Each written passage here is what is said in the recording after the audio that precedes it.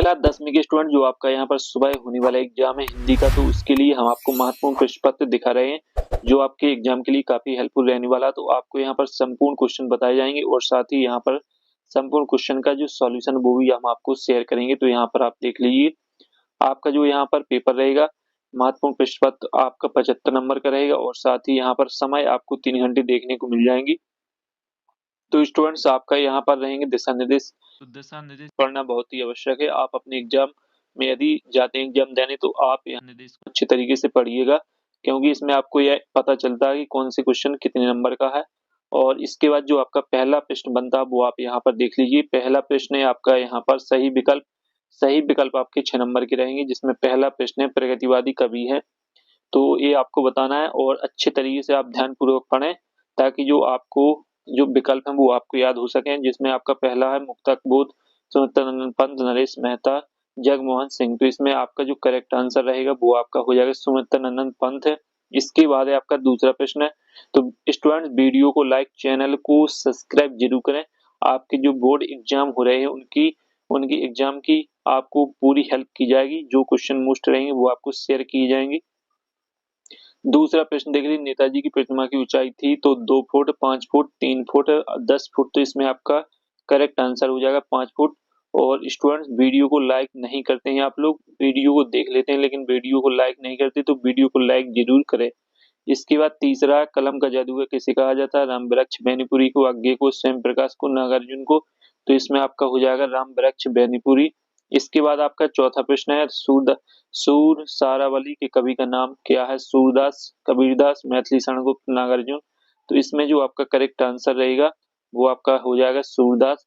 इसके बाद आपका पांचवा प्रश्न है, कवि निराला का जन्म हुआ था किस सन में हुआ था? ये आपको बताना है। सन 1904 में, 1900 में, सन 1899 में, 1888 में। तो इसमें आपका हो जाएगा 1899।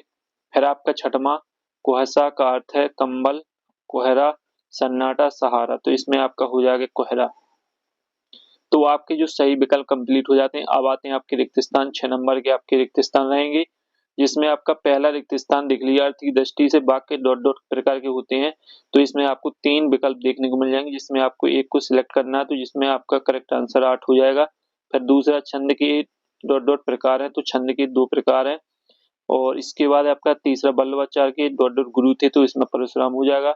फिर आपका चौथा, दो छंद की प्रथम एवं तृतीय पंक्ति में मात्रा होती है, तो इसमें 13 हो जाएगा। और पांचवा, रस के अंग होते हैं, तो रस के 4 अंग होते हैं। छठवां, आधुनिक हिंदी कविता का प्रारंभ संबत डॉट डॉट से माना गया, तो इसमें आपको 1900 हो जाएगा। तो इस तरीके से आपके रिक्त स्थान कंप्लीट हो जाएंगे। और अब आते हैं आपके यहाँ पर सही जोड़ी। तो सही जोड़ी का मिलान आपको ध्यानपूर्वक करना है, क्योंकि बहुत सारे स्टूडेंट्स यहाँ पर मिस्टेक कर देते हैं। तो ध्यानपूर्वक मिलाइएगा सही जोड़ी। और जो आपकी सही जोड़ी रहेगी वो आप यहाँ पर देख लीजिए। जो आपका पहला है चौपाई, तो चौपाई का हो जाएगा 16-16। और इसके बाद है एक अंक, तो एक अंक को एकांकी बोलते हैं। शिव पूजन सहाय, तो यहाँ पर शिव पूजन सहाय का हो जाएगा यहाँ पर माता का अंचल, राम वृक्ष बेनीपुरी, तो इसका हो जाएगा मेलांचल। और मैथिली शरण गुप्त पंचवटी, और रिसाई का इसका हो जाएगा क्रोध करना। इस तरीके से आपकी सही जोड़ी कंप्लीट हो जाएगी। अब आते हैं आपके यहाँ पर देख लीजिए, एक शब्द एक वाक्य 6 नंबर के रहेंगे। पहला है आपका, कवि नागार्जुन का मूल नाम क्या है?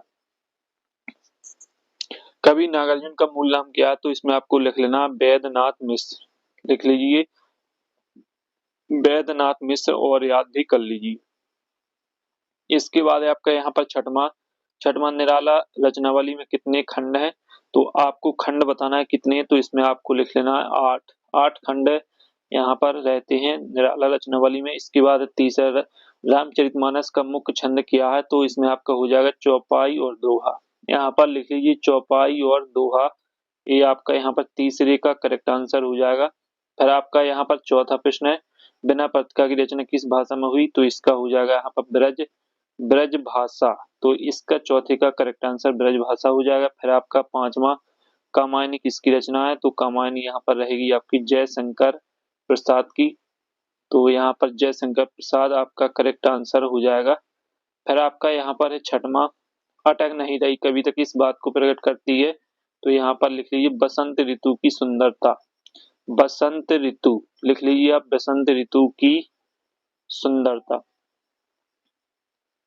बसंत ऋतु की सुंदरता, ये आपका करेक्ट आंसर रहेगा। फिर आते हैं आपके स्टूडेंट सत्ता सत, जो कि आपके 6 नंबर के रहेंगे, जिसमें पहला है संस्मरण में कल्पना तत्व की प्रधानता होती है, तो ये आपका सत्य है। फिर आपका दूसरा हिंदी का प्रथम उपन्यास प्रेक्षागुरु को माना गया है, तो ये आपका सत्य है। फिर आपका कहानी के 6 तथ्य हैं, तो ये आपका सत्य है।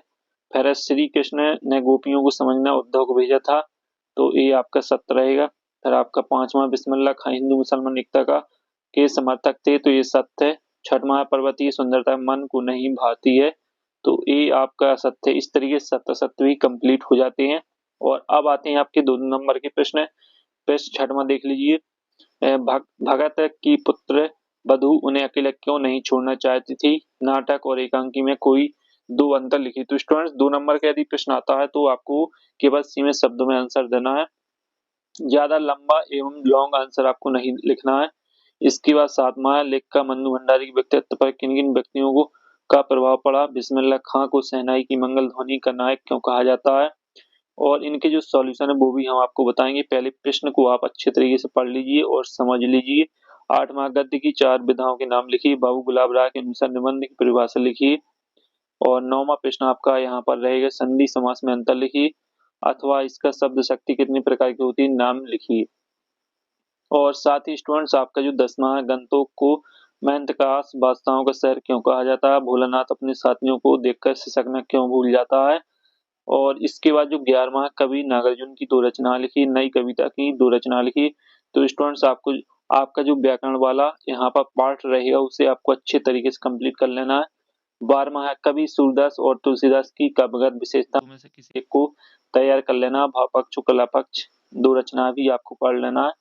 13वां फसल क्या है? उद्धव के व्यवहार की तुलना किस किस से की गई है? 14वां प्रश्न देख लीजिए, कविता में बादल किन किन अर्थों की ओर संकेत करता है? इस बनाने से कवि का क्या आशय है? और साथ ही इसके बाद काव्य की पुनरुक्ति प्रकाश अलंकार की परिभाषा उदाहरण सहित लिखिए। और जो आपका 16वां प्रश्न रहेगा वो भी आप यहाँ पर देख लीजिए, रस किसे कहते हैं? चौपाई छंद की परिभाषा उदाहरण सहित लिखिए।